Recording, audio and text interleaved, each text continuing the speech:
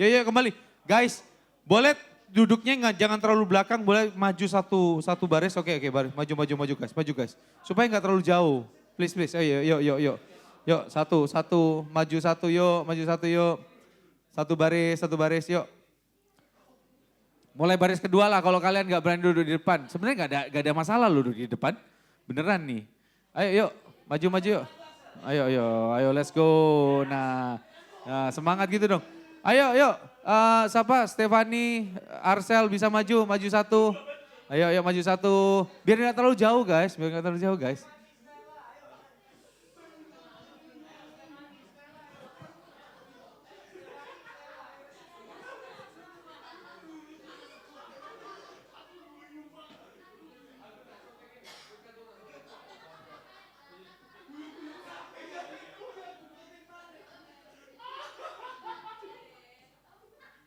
Oke, yang pertama maju adalah dari grup The Cowok. Siapa yang maju dulu? David, boleh kasih tepuk tangan buat David. Ini kayaknya di luar mendung ya, karena mataharinya ada di sini. Yeay.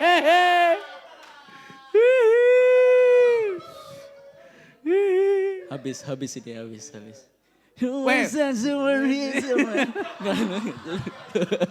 Jangan digodain, nanti wajahnya merah menorah.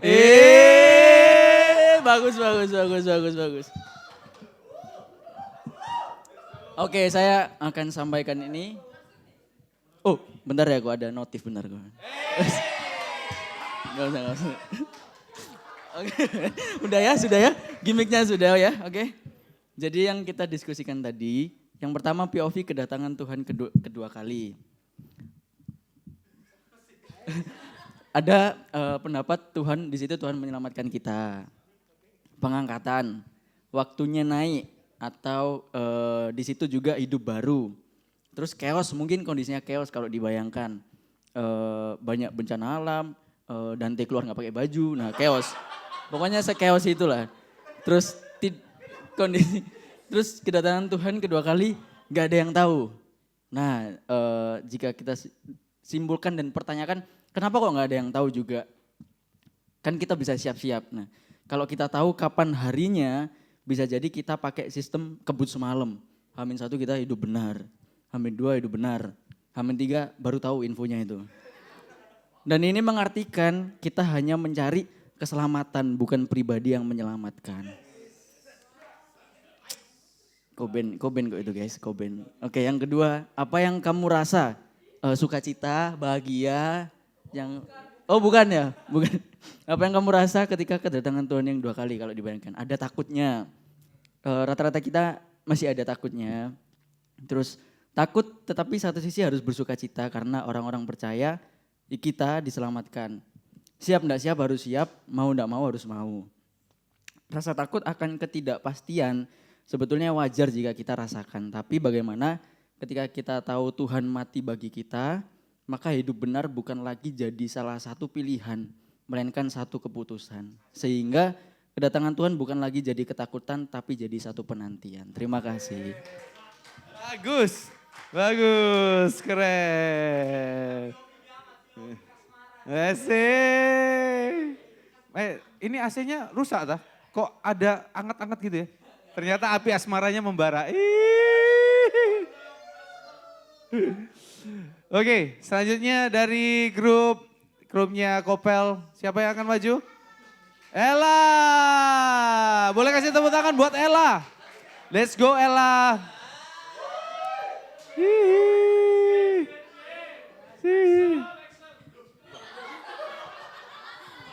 Wah. Oke, yuk. Ella, silakan Ella. Hasil dari grupnya. Dari The Cewex. Itu POV kedatangan Tuhan yang kedua kali. Ada yang ngomong kayak soal bencana-bencana alam sih kok. Kayak ya bencana alam tapi bencana alamnya tuh lebih ekstrim gitu loh. Jadi kayak langsung feeling, ini kedatangan Tuhan nih. Tapi kayak ya gitulah. Terus abis itu yang kedua, apa yang kamu rasa? Ada yang ngejawab takut kayak nggak dipilih. Terus pas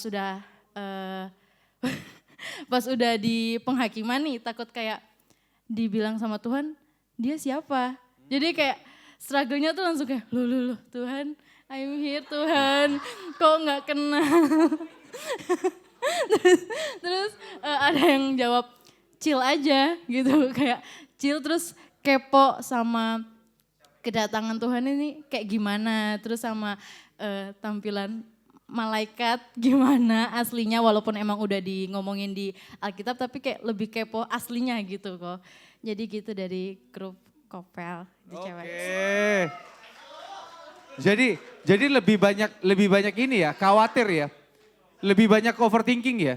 Ini memang gambaran semua wanita kayaknya. Mas, halo, oke. Gambaran semua wanita ya, overthinking sebagainya. Oke, thank you.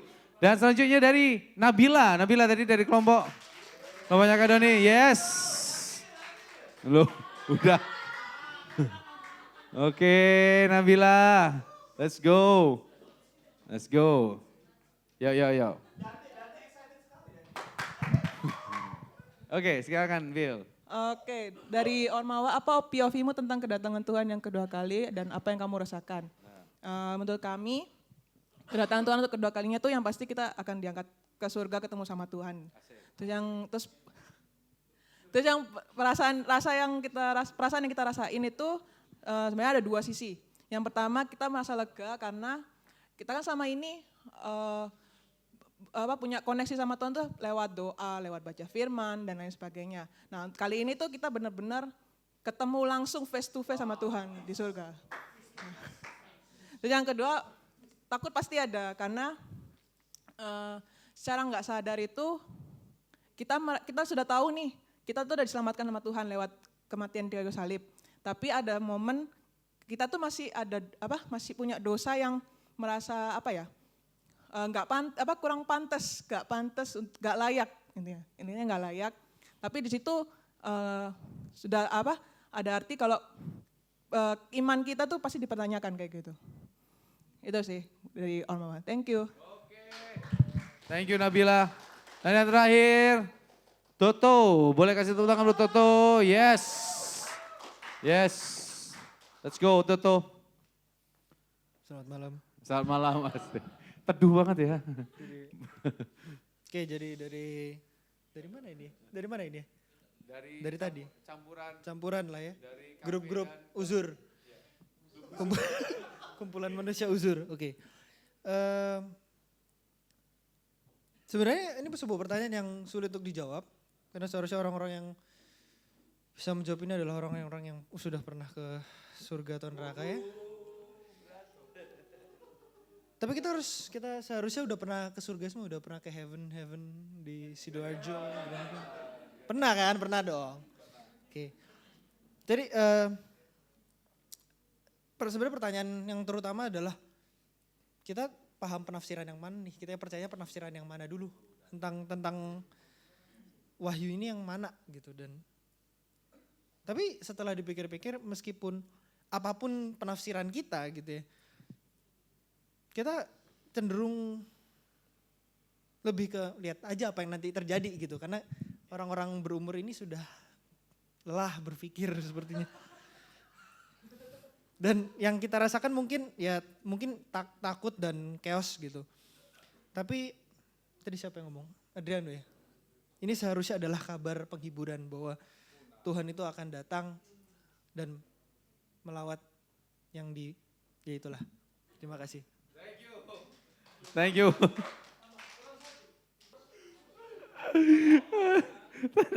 Oke. Thank you semua jawabannya.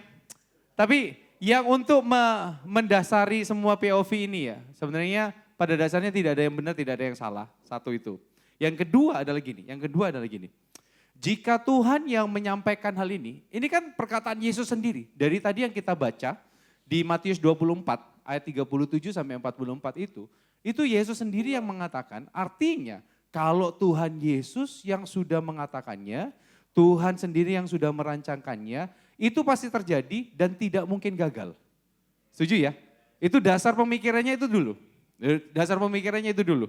Nah, yang kedua adalah kayak gini, kalau segala sesuatu yang Tuhan sudah rancangkan, berarti kedatangan Tuhan Yesus yang kedua kali itu pasti terjadi. Tetapi pertanyaannya kapan itu terjadi? Tidak ada yang tahu. Karena Tuhan Yesus sendiri pun itu udah ngomong. Tanggal 25 September kemarin pun itu direvisi katanya. Iya kan? Pertanyaannya adalah apa mereka sudah diangkat atau kita yang tertinggal? Iya kan? Tapi ya asli akhirnya mereka iya direvisi tahun depan katanya dan segala macam. Well, tapi yang ini ya, yang selanjutnya, ini yang sama-sama kita akan menjadikan ini dasar dari pembahasan kita hari ini guys. Gini, kewaspadaan, kita semua harus mesti waspada ya. Kewaspadaan dalam menantikan kedatangan Tuhan bukan berdasarkan ketakutan dan tekanan, tetapi dengan kegairahan dan kesukaan di dalam persekutuan dengan Tuhan. Harusnya di dalam kita menantikan, di dalam perjalanan kita yang kita nggak tahu kapan itu akan terjadi. Kita ini jangan sampai kita menantikan Tuhan itu dengan aduh bosan banget ya. Aduh atau kita dalam tekanan banget ya. Kok bunyi, tiba-tiba bunyi. Jadi dalam tekanan banget atau kita mengalami ketakutan ya. Jangan-jangan kita ini aduh aku diangkat gak ya? Aku diselamatkan gak ya? Kalau Tuhan datang nanti Tuhan jadi hakim, aku ini mesti gimana? Let me tell you, ini yang Tuhan sampaikan sebenarnya adalah gini, Tuhan menyuruh kita waspada, itu artinya kita menikmati segala sesuatu yang Tuhan sudah sediakan. Yaitu apa? Persekutuan dengan Tuhan. Persekutuan dengan Tuhan, persekutuan dengan keluarga kerajaan Allah di tempat ini. Ini yang Tuhan sediakan dalam kehidupan kita. Kita tidak diminta untuk menjadi orang yang penuh dengan ketakutan dan penuh dengan tekanan. Dan kita jelas tahu apa yang akan terjadi. Tadi di kelompoknya Doni juga sempat terjadi ini. Tiba-tiba kalau yang datang itu ternyata bukan Yesus, ternyata yang lain yang datang gitu kan. Terus gimana? Ada tadi kesimpulan dari kelompoknya Doni, dari konselnya Doni ngomong seperti ini. Sekalipun apapun yang terjadi nantinya, bentuk akhir zamannya itu seperti apa, ujung zaman ini akhirnya seperti apa, siapapun, bagaimanapun bentuknya, aku tidak akan pernah menyesal untuk percaya kepada Yesus. Nah ini dasarnya juga gini guys, kalau seandainya Yesus itu hanya sebuah karangan, kok bisa sampai sekarang hal-hal itu tersebut tetap terjaga? Kok bisa ada orang yang sedemikian rupa menaruh harapannya kepada Yesus. Menaruh harapannya kepada Yesus dan di mana terjadi persekusi di sana. Rasul-rasul itu matinya gak enak semua. Rasul-rasul matinya gak enak semua. Ada yang dipenggal, ada yang disalib X, Andreas disalib X. Terus ada yang disalib kebalik, Petrus. Ada yang ditusuk tombak dari belakang sampai ke depan, Thomas. Dan semuanya para martir mati dengan keadaan yang tidak baik-baik saja. Yang terakhir di Nigeria. Kita semua tahu. Tapi kenapa? Coba kalian pikir, adakah orang yang kita sudah tahu di depan itu sudah tidak ada keuntungan sama sekali di depan, tetapi kenapa masih kita mempertahankan iman kita kepada Yesus? Dan sekarang juga kita pertanyakan dalam kehidupan kita, kalau itu di berhadapan pada kita, apakah kita tetap bisa teguh berdiri? Nah, ini yang sama-sama kita sama-sama renungkan. Jadi konsep untuk menantikan kedatangan Tuhan yang kedua kali, kita lakukan dengan penuh kewaspadaan, tetapi bukan dengan rasa takut, bukan dengan rasa tertekan, tetapi kita menantikan dengan penuh kepuasan di dalam persekutuan dengan Tuhan. So, hari ini aku akan bagi jadi dua poin sharingku. Yang pertama adalah God's timing dan yang kedua adalah keep on working. Oke, kita masuk poin yang pertama ya. Nih ya, dari awal perikop ini Tuhan langsung merujuk pada satu sosok pribadi. Itu apa? Sosok siapa? Nuh di Perjanjian Lama.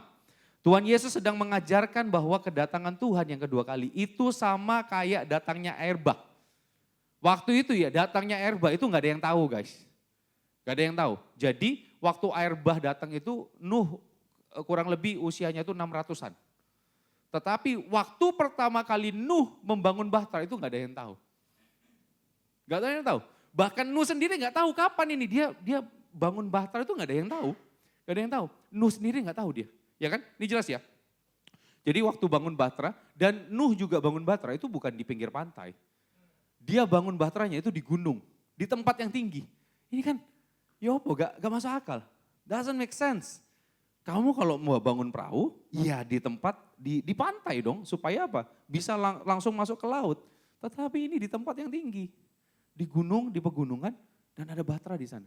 Ini bayangin, orang lihat Nuh dan orang, ini tafsiran aja ya, karena aku mencoba untuk cari di Alkitab. Itu enggak ada tuh, Nuh, khotbah dan segala macam. Tapi ini tafsiran aja ya, bayangin tuh. Nuh, lu ngapain? Mungkin Nuh ngomong gini, ini Tuhan yang suruh loh, ini yang Tuhan yang suruh. Kalau Tuhan nyuruh seperti ini, pasti ada sesuatu yang besar terjadi. Kamu percaya sama Tuhan? Gak ada yang percaya. Bahkan ya tadi pagi Koden khotbah ya, Pak Daniel Anwar khotbah seperti ini, itu masuk akal gini. Yang selamat berapa orang? 8. Nabi Nuh dan istrinya, 3 orang anaknya. Terus 3 orang mantunya masuk dalam bahtera, hujan lebat tuh, gitu kan? Jadi gini, tadi tuh awalnya guyon mungkin ya Pak Daniel, tetapi make sense loh. Besannya kok udah ikut. Besannya Nuh kok udah ikut. Jadi ngerti ya besan ya? Besan itu kan papa sama papa gitu kan. Papanya dari pihak cewek dan papanya dari pihak cowok, itu besanan tuh. Ya kan? Tapi kok besannya kok udah percaya, cuma mantunya aja yang percaya. Ini kan berarti ya di dalam sekian tahun kehidupan Nuh. Waktu orang-orang melihat Nuh bangun Batra, tidak ada yang percaya. Tidak ada yang percaya. Dan kejadian mereka seperti ini. Tuhan Yesus nuliskan gini ya. Ayat 38 sampai 39. Perhatikan ini. 38 sampai 39. Sebab sebagaimana mereka pada zaman sebelum air bah itu. Perhatikan ya. Makan dan minum, kawin dan mengawinkan sampai kepada hari Nuh masuk ke dalam Batra. Dan mereka tidak tahu akan sesuatu sebelum air bah itu datang dan melenyapkan mereka. Dari tadi, astaga, melenyapkan mereka semua. Demikian pula lah halnya kelak pada kedatangan anak manusia. Perhatikan ini. Makan dan minum, kawin dan mengawinkan. Kalau kita ngelihat di pasal di kejadian ya, gaya hidupnya Nuh, semua orang itu melakukan hal yang jahat. Ya, di sana dikatakan manusia sudah jahat semua, Tuhan mau menghabisi mereka, membinasakan mereka dengan air bah. Ceritanya seperti itu. Tetapi Yesus di sini ngomong kayak gini. Mereka semua, Yesus tidak ngomong gini, Tuhan Yesus tidak ngomong, mereka itu semua jahat, makanya semuanya dibinasakan. Tetapi gini, Yesus ngomong gini, sebelum air bah itu, makan dan minum, kawin dan mengawinkan. Ini adalah sebuah tindakan yang kita lakukan sehari-hari guys. Benar gak sih? Makan dan minum adakah sebuah pelanggaran di sana? Gak ada. Ini adalah sebuah tindakan sehari-hari yang dilakukan. Gitu loh. Nah, mereka hanya fokus gini, yang Tuhan Yesus ingin berikan ya, yang Tuhan Yesus ingin nyatakan kepada para murid, yang ajarkan adalah gini. Guys, dengar gini, ada sesuatu yang jauh lebih mulia yang harus kamu pikirkan selain apa yang kamu lakukan di dunia ini. Karena kalau kamu gagal memikirkan segala sesuatu yang jauh lebih mulia, segala sesuatu yang ada di dunia ini, yang tampaknya baik itu akan menggerus kehidupanmu dan membuatmu gagal memikirkan apa yang lebih mulia. Dan bukankah hal ini yang selalu dilakukan oleh iblis? Iblis tidak membuat kita jadi jahat kok. Iblis membuat kita melakukan segala sesuatu yang tampaknya benar padahal itu jahat. Dan akhirnya kita semakin jauh dari Tuhan. Gayanya selalu seperti itu. Selalu seperti itu. Seberapa banyak yang minggu kemarin datang ibadah KGC? Boleh angkat tangan? Oke. Kayaknya sebagian besar ya datang ya. Yang khotbah adalah Andre. Waktu itu ingat ya. Waktu itu evangelis Andre. Oke. Jadi kok Andre itu kemarin gini, tak recall dikit ya supaya ada bayangan yang datang minggu lalu. Jadi kok Andre itu kemarin cerita tentang kerjakan, work out your salvation. Kerjakan keselamatanmu itu dengan takut dan gentar. Kita melakukan pekerjaan baik, itu bukan untuk mendapatkan keselamatan. Tetapi karena keselamatan itu ada dalam kehidupan kita, ya, ada dalam kehidupan kita, makanya kita mengerjakan sesuatu yang baik. Benar ya? Supaya keselamatan yang kita terima itu berbuah di dalam kehidupan kita. Nah, analoginya, ingat ya analoginya? Analoginya pakai aku waktu itu. Salah satunya. Dia kan ngomong gini, wih nih Ko Hizkia nih sekarang karena apa? Karena Ko Hizkia workout, karena Ko Hizkia nge-gym sampai akhirnya sekarang coba lihat badannya berubah. Ingat gak? Minggu lalu kok Andre bilang gini, Ko Hizkia dulu, astaga guys, aku ini ketolong karena aku lebih tinggi. Kalau Ko Hizkia lebih pendek dari aku, waduh sudah lemak kemana-mana, double chin kemana-mana dan segala macam. Intinya ya, segala sesuatu tak simpulkan, badanku itu Gilani. Tak simpulkan nih, badanku Gilani. Tapi sekarang karena dilatih, sekarang otot di mana-mana, iya kan?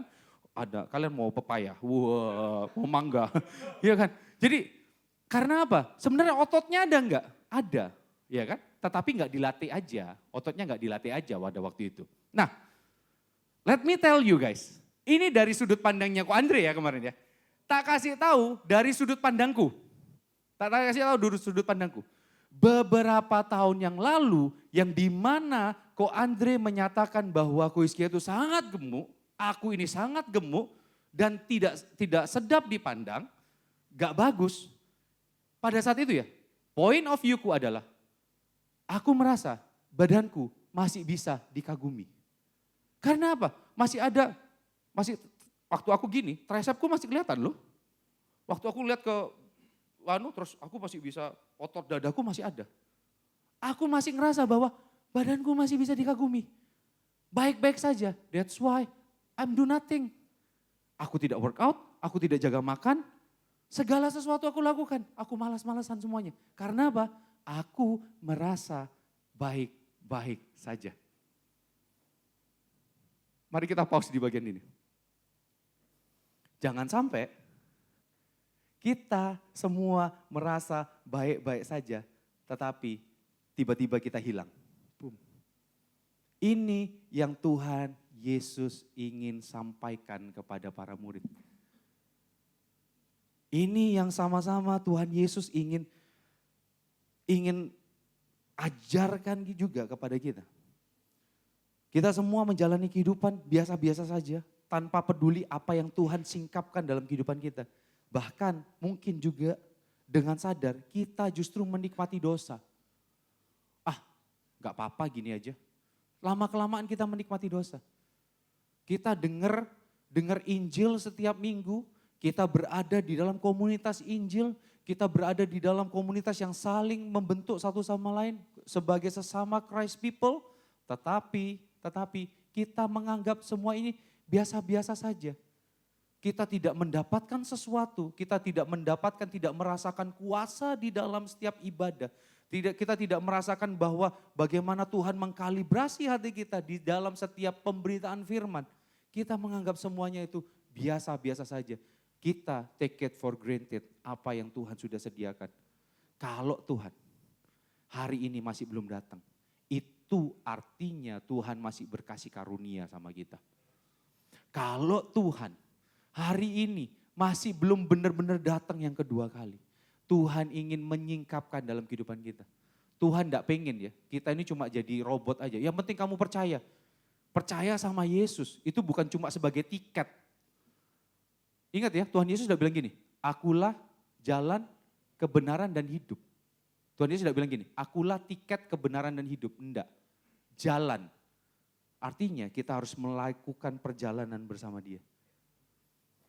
Ini panggilan kekristenan, ini panggilan iman kita guys. Berjalan bersama Dia. Jangan sampai kita ngerasa, enggak kok enggak apa-apa. Simpen sakit hati enggak apa-apa. Simpen segala sesuatu yang membuat kita iri hati sama orang lain enggak apa-apa.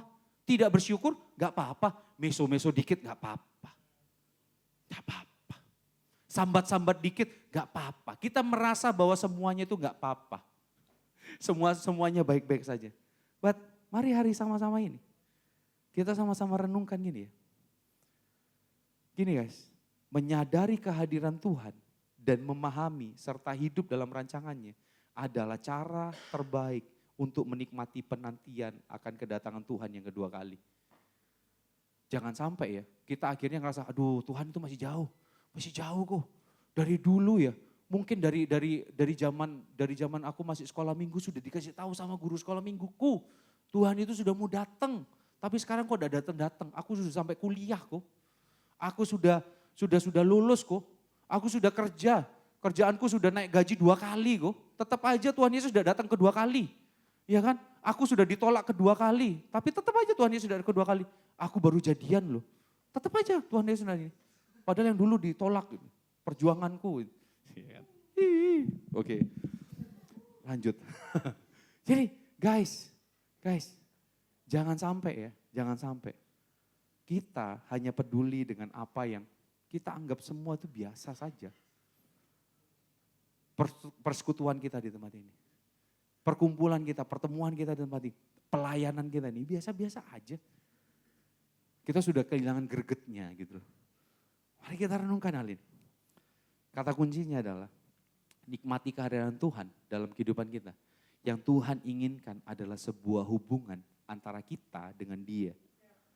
Jangan sampai kita hanya melewati hari-hari kita seadanya tanpa kita mengenal pribadinya.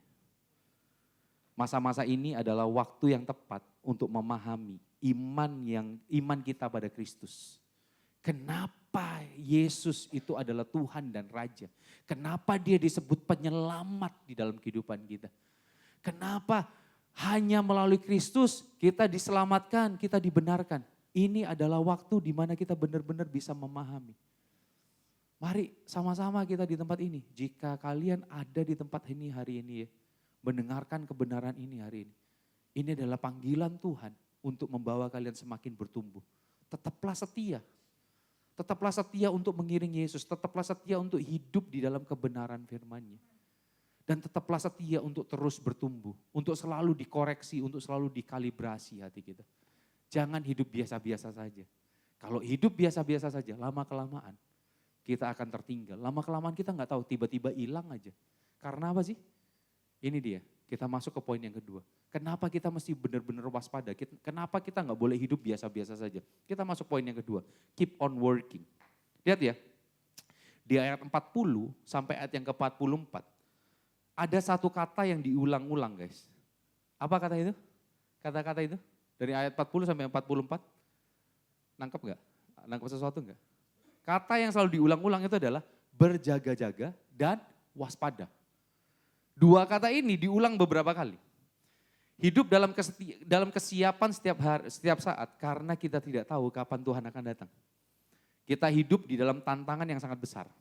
Sangat besar tantangan kita. Ini ya, ini alasan kenapa kita jangan sampai hidup biasa-biasa saja. Ini tantangannya. Tantangannya adalah hati kita ini memiliki kecenderungan untuk menolak Tuhan dan mengikuti dunia. Ya, satu tantangannya dari dalam. Tantangan dari luar itu adalah gini. Orang-orang yang ada di luar, dunia ini memberikan distorsi pada kita. Memberikan distorsi pada kita untuk mengatakan bahwa iya hatimu itu benar. Iya benar lagi hatimu itu. Gini deh. Coba ya, kalian pernah gak sih ngelihat setiap karya seni, entah itu lukisan, kalau lukisan agak susah ya bayangin ya. Mungkin penikmat lukisan art itu kayak Doni, Arim, Yosua dan teman-teman yang lain untuk melihat art itu rasanya, wah bisa nih. Aku masih belum bisa menikmati. Tetapi gini, yang paling karya seni yang paling sering kita nikmati itu apa? Kalau nggak film, musik. Setuju ya? Setuju ya? Oke, kita pakai sampel ini aja. Musik dan film. Berapa banyak dari kita, kalau kita ngelihat film, kalau kita dengar musik, dan kita ngerasa gini, waktu nonton filmnya, kita ngerasa gini, iya lagi, ini gua banget nih. Ini gua banget. Kayaknya musik itu, lagu itu, ini yang gua rasa nih. Pernah gitu gak sih? Ya pernah gitu gak sih? Entah itu lagunya siapa yang terakhir? Lihat Kebunku, JJ. Iya, siapa sih? Lihat Kebunku apa ya? Bener ya? JJ ya? Aku belum dengerin secara penuh. Iya kan? Bang Chan. Belum lagi yang dulu cukup terkenal. Hindia. Kapan terakhir kamu tertidur lelap? Weh. Apa? Lelap ya, kapan terakhir kamu tertidur lelap? Iya kan? Itu kayak gini, iya nih, kita kerja untuk cari validasi dan segala macam. Woi itu rhyme-nya bagus banget tuh. Pernah ngerasain gitu gak? Ya, terus kita ngelihat ketika kita ngelihat drama Korea When Life Give You Tangerine. Wih, dalam banget. Di gua banget nih. Pernah gitu nggak? Pernah gitu nggak? Berawal. Nih gua banget nih. Karena apa? Dunia itu kayak membuat sebuah distorsi sama kita. Kayak dunia tuh kayak gini guys. Gambarannya. Kalian pernah punya aplikasi untuk tuning gitar nggak? Ada nggak yang punya aplikasi untuk tuning gitar? Jadi gini, tuning gitar itu kita pencet ya, kunci E gitu, teng, dan akhirnya kita mentuningkan gitar kita, menstem gitar kita, itu sesuai dengan nada yang ada di aplikasi tersebut. Itu kayak dunia gini loh, kayak dunia tuh sedang memberikan sebuah tuning sama kita, nih nada lu di sini, dan tanpa kita sadarin, kita ngikutin nadanya dia. Dan tanpa sadarin, dunia sedang membisikkan sebuah nada sama kita, dan hati kita bergetar. Hati kita yang nadanya sama dunia, hati kita bergetar. Dan akhirnya kita ngikut. Lama-kelamaan kita ngikut. Iya ya, bener lagi. Berawal dari iya lagi. Sama lagi. Tetapi selama-lama gua mau lagi kayak gitu. Lama-kelamaan, aduh ini paling keren banget. Lama-kelamaan kita tergerus dan kita mulai mengarah kepada salah satu hal yang kita semakin relevan dengan dunia dan kita gagal relevan dengan Injil. Kita gagal, kita dengan atas nama, iya kita kan masih hidup di dunia. Saya tidak melarang kalian, nanti ya di Spotify kalian harus dengar lagu Elevation semua, City Light semua, KGC Surabaya. Kalian dengerin semua lagu itu, dengerin aja lagunya JJ, dengerin lagunya siapa lagi sih? Tulus, dengerin aja lagunya Tulus, gak apa-apa, masih dengerin aja. Tetapi gini, apakah cukup? Jangan sampai ya, yang aku mau ajak teman-teman semua di tempat ini, jangan hanya cukup, iya lagi, sama ya kayak gitu. Kita tahu apa yang kita mau, kita tahu apa yang kita rasa, dan we do nothing. We do nothing, kita hanya cuma tahu apa yang kita rasa. Dan kita memaklumi dan mengiyakan, iya memang aku rasa kayak gini. Perasaanku itu harus dijaga. That's why banyak muncul isu tentang mental health. Karena apa? Saya tidak ngomong bahwa, enggak usah kalian mental health-an. Christ people itu kuat. Kalau kalian ada masalah dengan mental health, berarti kalian bukan Christ people. Tidak diurapi kalian, enggak ada kayak gitu. Kalau ada rasa gitu, kalau kalian ngerasa, oh iya ya, kok rasa aku tertolak ya? Kok rasanya aku kerja ini hanya untuk validasi atasan saja ya? Kok rasanya ada gini? Gak apa-apa, itu bagus kalian menyadari. Tetapi setelah itu pertanyaannya, apa yang harus kita lakukan? Kalau kita hanya berhenti pada validasi hati, kita gak akan kemana-mana. Yang harus kita lakukan harusnya adalah kalibrasi hati, bukan hanya validasi hati. Yang harus kita lakukan adalah kalibrasi perasaan kita, kalibrasi pikiran kita, bukan hanya memvalidasi saja. Sebenarnya kita cukup sering gitu kan, iya nih, memang kayak gitulah, wes kayak gini aja lah, hidup kita kayak gini aja. No. Guys, listen to me. Dunia selalu memberikan distorsi untuk melumpuhkan kita. Tetapi Injil akan terus mengkalibrasi hati untuk membangun serta memulihkan kita.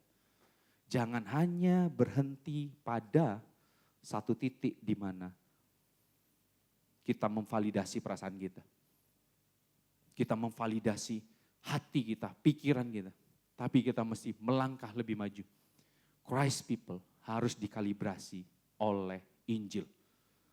Ini yang mesti kita lakukan. Dari tadi kan aku bilang apa? Tuhan Yesus mengajarkan waktu menunggu kedatangannya yang kedua kali. Menunggu kedatangannya yang kedua kali. Apa yang mesti kita lakukan? Kita nikmati persekutuan dengan Tuhan.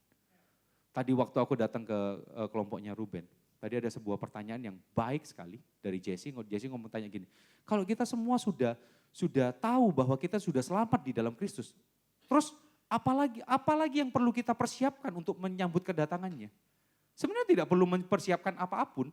Tidak perlu mempersiapkan apapun, tetapi kita justru menikmati segala sesuatu yang Tuhan sudah berikan sama kita.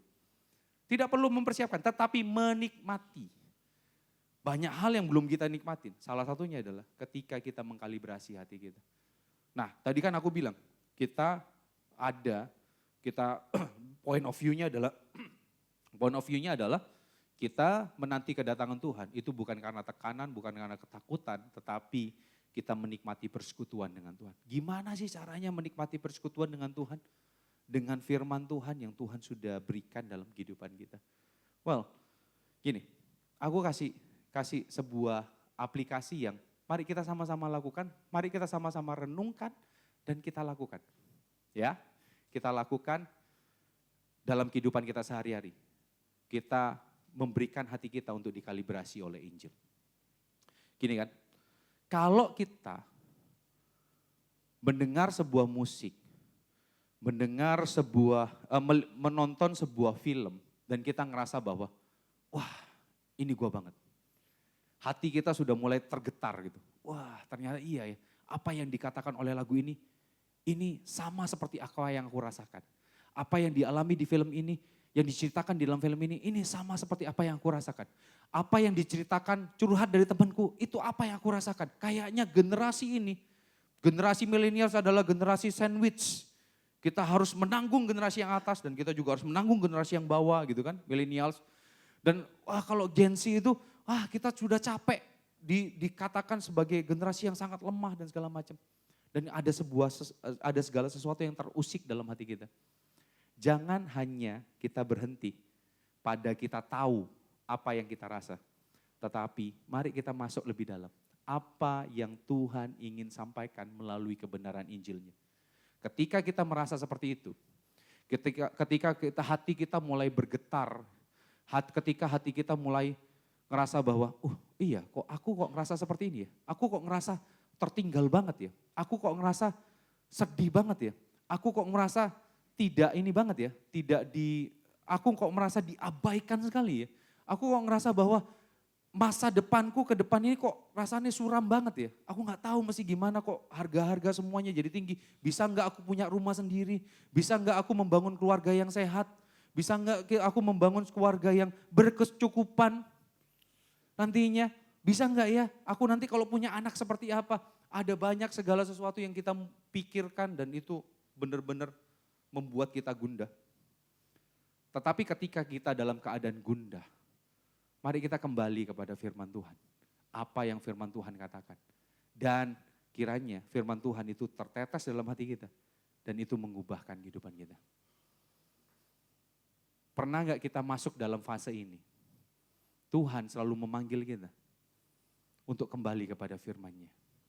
Tuhan selalu memanggil kita untuk masuk di dalam persekutuannya. Dan Dia sangat ingin memurnikan hatimu, memulihkan hatimu. Sehingga di dalam masa penantian ini, di dalam masa penantian kita akan kedatangan Tuhan yang kedua kali, kita bisa menikmatinya. Dan ketika kita tahu ya bahwa Tuhan akan datang kedua kali, itu ada sebuah harapan buat kita yang besar. Harapan yang besar buat kita, Dia akan datang. Caranya gimana ya? Aku kasih contoh gini guys, Saya kasih contoh aku pribadi ya. Kami sekeluarga ini hidup dari kasih karunia kepada kasih karunia. Bulan demi bulan kami lewati dan puji Tuhan kami bisa melewati dengan karena kasih karunia Tuhan. Karena Tuhan sangat baik dalam kehidupan kami, sangat Tuhan memelihara kehidupan kami sedemikian rupa. Tetapi ada satu momen, bukan satu momen aja ya, tetapi ada beberapa momen dalam kehidupan kami. Itu datangnya itu enggak diundang. Bahkan kami, aku sama istri ya, lebih tepatnya, itu punya hashtag ono-ono ae. Tiba-tiba aja, apa gitu kan. Tiba-tiba aja, anak sakit. Paginya masih main-main gitu, tiba-tiba malam panas 40 derajat gitu kan. Tiba-tiba kayak gitu. Aku pribadi, sebagai kepala keluarga, aku ini ngerasa sangat sedih. Karena sometimes aku ngerasa bahwa aku tidak bisa membahagiakan istriku dan anakku. Kadangkala aku harus memberikan pengertian kepada anak-anakku ketika dia meminta sesuatu, ketika mereka meminta sesuatu. Aku memberikan sebuah pengertian. Sometimes aku ngerasa gagal. Sometimes aku ngerasa bahwa aku kok nggak bisa jadi papa, aku nggak bisa jadi istri yang istri lagi. Aku tidak bisa menjadi seorang suami yang baik ya. Aku ngerasa seperti itu. Tapi puji Tuhan, aku memiliki istri yang tahu tentang Injil. Ci Devi, waktu aku ngerasa seperti itu, Ci Devi memberikan pernyataan ini sama aku. Berkat itu gak harus bentuk harta. Kita ini memang gak banyak harta, tapi Tuhan kasih keluarga kita itu penuh dengan cinta. Jadi bukankah berkat Tuhan itu adalah ketika keluarga kita hidup dalam damai sejahtera, itu sudah lebih dari cukup. Wah, itu menenangkan. Tetapi ternyata di dalam kedalaman hatiku masih ada sebuah kekhawatiran yang jauh lebih dalam lagi. Apa yang disampaikan oleh istriku itu menenangkan sementara. Tetapi masih ada yang membuat aku gundah. Sampai satu saat, hari Rabu kemarin kami ada RPN, di Royal itu ada Royal Prayer Night. Waktu itu kan dikasih waktu untuk berdoa, saling mendoakan satu sama lain. And you know what? Aku mendoakan istriku sendiri. Aku datangin istriku, tak peluk, tak doain. Tapi di sana waktu aku peluk dia, aku justru doain dia. Jadi aku justru berdoa bahwa Tuhan ampuni kami kalau kami sering curiga sama Tuhan. Ampuni kami kalau kami ini sering menaruh kekhawatiran kami sering khawatir dan kami sering tidak percaya kepada pemeliharaan Tuhan dalam kehidupan kami. Sampai akhirnya muncul ayat ini, Tuhan ingatkan ayat ini sama aku. Yesaya 46 ayat 4. Yesaya 46 ayat 4. Aku bacain ya. Sampai masa tuamu, aku tetap dia, dan sampai masa putih rambutmu, aku menggendong kamu. Aku telah melakukannya dan mau menanggung kamu terus. Aku mau memikul kamu dan menyelamatkan kamu. Gini, ketika firman ini masuk dalam hatiku, itu menenangkan aku. Itu menenangkan aku. Aku tahu ya, apa yang aku rasa tadi, aku ngerasa gagal, aku ngerasa sedih, aku ngerasa khawatir. Dan aku harus kembali kepada firman Tuhan. Aku tahu, aku bukan hanya memvalidasi perasaanku. Iya, valid, perasaanku valid. Aku khawatir, aku sedih, aku ngerasa gagal, itu valid. Tetapi aku tidak hidup di dalam perasaan tersebut. Aku kembali kepada firman. Puji Tuhan, firman itu nyampe kepada aku. Selanjutnya gimana sih? Selanjutnya, mari kita buat ketika kita mendapatkan satu ayat yang benar-benar berbicara dalam kehidupan kita. Mari kita buat sebuah statement. Aku bilang ini adalah gospel statement ya. Gospel statement di dalam kehidupan kita. Bagaimana firman itu benar-benar ngomong dalam kehidupan kita dan mengubahkan kita. Aku kasih contoh lagi ya. Ketika firman ini masuk dalam kehidupanku dan aku mencoba, aku tulis di HP ku, aku tulis. Gospel statementnya ngomong seperti ini. Ini benar-benar ngomong dan ini benar-benar melegakan aku dan mengkalibrasi hatiku. Ini dia yang aku tulis. Hizkia, why you are so worried about anything? Aku, Tuhan, selalu ada loh buat kamu. Kekuranganmu tidak menandakan bahwa aku tidak hadir. Tetapi justru mengungkapkan bahwa aku, Tuhan, satu-satunya pribadi yang kamu perlukan. Aku yang sudah menyelesaikan hal yang paling akut di dalam hidupmu. Kamu adalah milikku. Berjalanlah bersamaku. This is not your story, but this is my story. Dan ini benar-benar mengkalibrasi hatiku. Dan aku tahu, it is well. Semuanya di dalam Tuhan. Ini bukan omongan belaka. Aku tahu kenapa aku nyanyi it is well dan I mean it. It is well bersama Tuhan. Aku tahu dan itu membebaskan kehidupanku. Ini yang Tuhan tawarkan dalam kehidupan kita selama kita menanti kedatangannya yang kedua kali. Dan itu adalah harapan yang sejati dalam kehidupan kita. Let me tell you, kalau kita tidak menikmati Injil yang Tuhan berikan dalam kehidupan kita. Bagaimana Injil mengubahkan hati kita. Ini yang Tuhan tawarkan dalam kehidupan kita guys. Guys, let me tell you. Tadi Tuhan menyatakan bahwa Dia compare kehidupan kita, kehidupan murid-muridnya pada saat itu dengan kehidupan Nuh. Apa yang terjadi?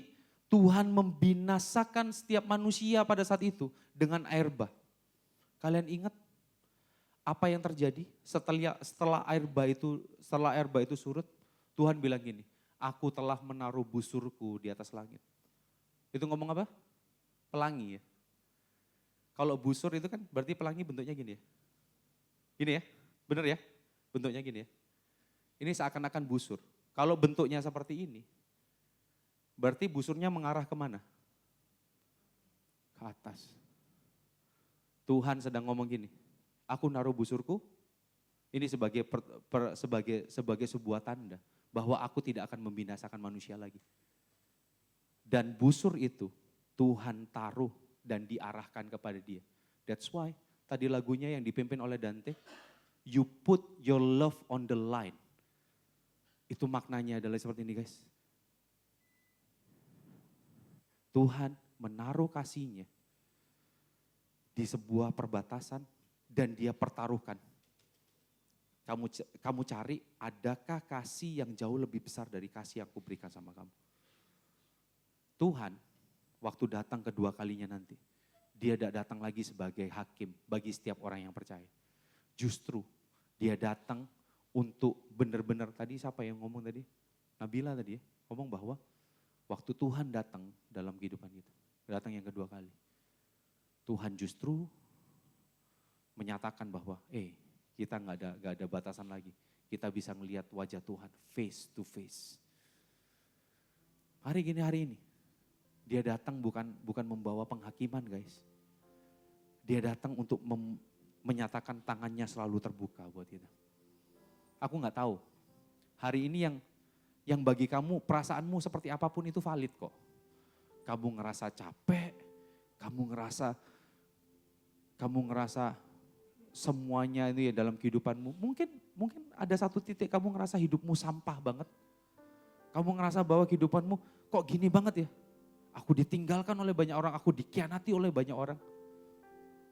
Itu pun valid kok yang kamu rasa.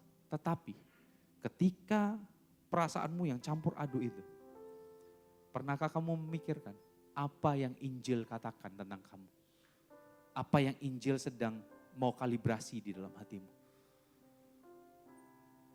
Kewaspadaan kita bersama Tuhan untuk menantikan kedatangan Tuhan, itu harus dinikmati di dalam persekutuannya yang indah bersama Injilnya.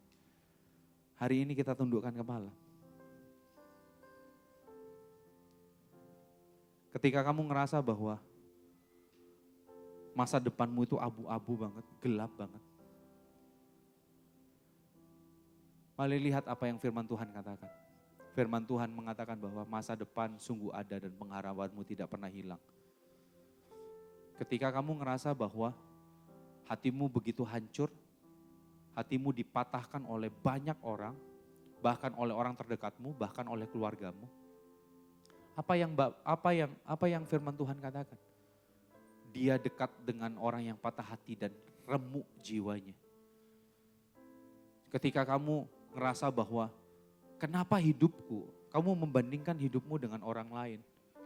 Kamu ngerasa bahwa kok teman-temanku itu jauh lebih ini ya, kok teman-temanku itu jauh lebih beruntung ya hidupannya. Kok aku kayak gini-gini aja ya? Tidak ada perubahan dalam kehidupanku. Let me tell you, hidupmu itu berharga bukan karena apa yang kau lakukan. Tetapi hidupmu berharga karena apa yang Kristus lakukan. Kamu dibayar dengan harga yang sangat mahal. Bukan dengan emas dan perak, tetapi dengan darah Kristus yang sangat mahal. Apakah perkataan-perkataan Kristus ini benar-benar nyampe dalam hatimu? Benar-benar diinjek dengan tepat di dalam hatimu. Mari kita renungkan hari ini. Jangan sampai ya, Kita hanya menikmati, kita hanya melewati kehidupan kita hanya kerja untuk mendapatkan penghasilan. Ketika kita mendapatkan penghasilan, kita nikmati untuk keperluan kita sendiri. Well, itu tidak salah. Tetapi apakah kita benar-benar tahu tentang rancangan Tuhan?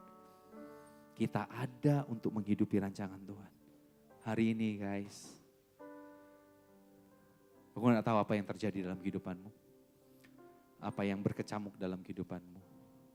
Tapi satu hal, Tuhan tahu semuanya dan Tuhan mau kalibrasi hatimu.